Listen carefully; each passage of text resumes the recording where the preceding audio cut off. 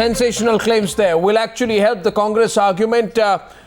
RP Singh, ex-Director General Audit of the CAG, thank you very much, sir. I have a couple of straight questions for you. Is it not true, Mr. RP Singh, that you were actively involved in the process of valuation and the finalization of the report? Wasn't the draft report forwarded to all relevant departments under your signature?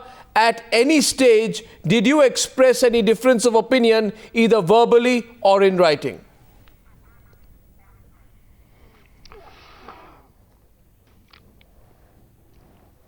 Arnav, I had carried out the audit of Ministry of Telecommunication and I prepared a draft audit report.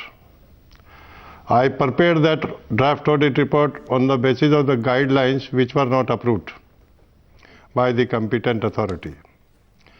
And I gave my figures and I gave my version of report to be finalized by the Deputy CAG of Report Central Division in the CAG office. This was somewhere on the last day of the May 2010. Thereafter, I was not consulted. There was no discussion between me at any stage or Deputy Comptroller and Auditor General Report Center. One fine day, I was given a set of report after vetting or after finalization by the Deputy CAG. And I was given writing or in written, I was given orders in written to issue this report to Ministry of Telecommunication and Ministry of Finance. I complied with the orders of the superior authority. That is as simple as that. Sir, did you, so I repeat. No, my question to you, sir, let me cover. I repeat my question to you. Did you at any stage express any difference of opinion with the CAG, either verbally or in writing? Because the CAG can respond to what you're saying only if you have expressed your difference of opinion verbally or in writing with him. You are right, you are right. Arnav, there are two things. You see, I carried out audit and I submitted my version in May. In between, it's very important to bring it to your notice. My party, the audit party carrying out the original audit in the field, was simultaneously reporting to the Deputy CAG Report Center. So I was in know of things at times what was going to be there in the draft report being submitted to me. Okay, and that report contained the loss figures. When I was examining and finalizing the report at my end, I had discussion with my audit party and asked them to furnish the supporting documents regarding the loss figures. Sir, did you at any stage? Did you at any stage take up this matter with Mr. Vinod Rai when you were in service? No, when you were in service, did you pick up the case with Vinod Rai? If you did not, then you can be accused of picking up the case belatedly as an afterthought. No. There's no question of aftercall or afterthought. I did try through the people who are supposed to arrange this kind of discussion or meeting with CAG. But it never happened. You want me to name those officers? I do not believe. I did ask the Director General Report, Mr. R.B. Sinha, that it's better that we discuss these matters with CAG. And that meeting never happened. Did you? 1 minute. All that you're saying is very important and explosive. One minute. Let me. I must get this. Are you saying today, please tell me, are you saying that you are being deliberately silenced by a group of officers in the CAG? And then I will ask my follow-up question to you. If you were, why did you not speak up then? You see, after the completion of audit of the Ministry of Telecommunication, I finalized my version of report and set it for further examination and processing at the end of the Deputy CAG. And the loss figure which were there submitted to me for my consideration after vetting, and I did not find any supporting evidence to write that loss figures.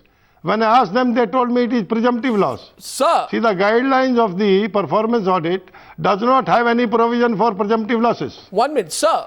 Therefore, I deleted those from that report which I submitted to the CAG, and in my forwarding letter, stating each and every reason why I am eliminating these figures from the draft report submitted to me by the bill audit party. You were in charge. It's my responsibility to put the facts very clearly for our viewers.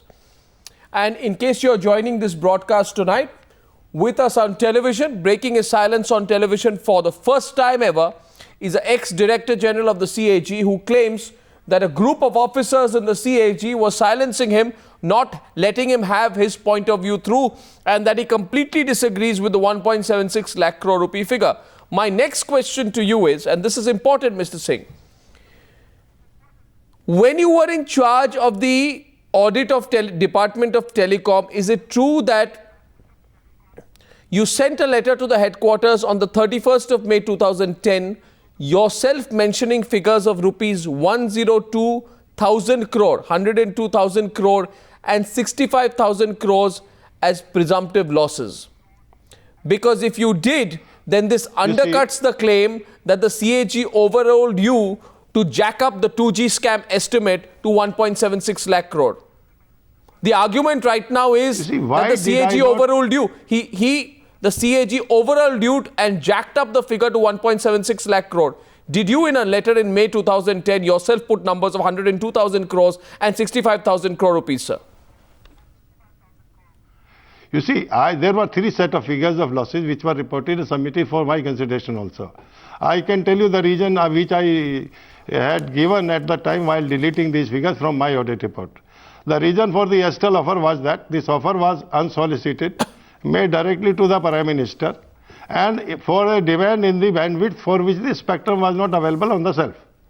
So it is an invalid offer. Ministry had replied to me like this when they gave me their responses after I had given this report to them. So I agreed with the ministry's version and I deleted that figure. Second thing, which you perhaps are talking about, the 3G application of rate discovered through 3G auction to 2G. To my mind, 2G is basically a voice usage. No, mobile telephony. Sir, did you send a letter on 31st May? Sir, did you send a letter on 31st May 2010 yourself mentioning figures of 102,000 crores? Because the whole argument, the Congress party has been quoting you, sir, to say that you were overruled by Vinod Rai, and Vinod Rai did not listen to you. He jacked up the estimate. But I am asking you point blank tonight, was there a letter of May 31st, 2010 in which you yourself mentioned over 100,000 crore rupees and 65,000 crore rupees as presumptive losses? Did you do that, sir? You see, while forwarding my letter, why I was deleting or not including in my version the loss figures, each and every reason I described, that why I am not giving these figures mentioned in the draft report. Like what figures you are talking. I did not agree with this report of loss figures. I gave the reasons why did I not agree. So I explained my version. Could you at any point of time be interested in politics? Me? You? Not so far, not so far. No, because T.N. Chaturvedi in 1989, who filed a hard-hitting report on the Bofors gun scandal, went on to join the BJP. Could you ever contemplate politics in the future? So far I have not thought of and I have no plan to join politics. If the Congress offers you then? Oh, I mean, it's a very hypothetical question, first thing. And second thing, I have no intention so far to join politics. Mr. R.P. Singh, thank you very much for joining me on the Newshour tonight. Thank you very much.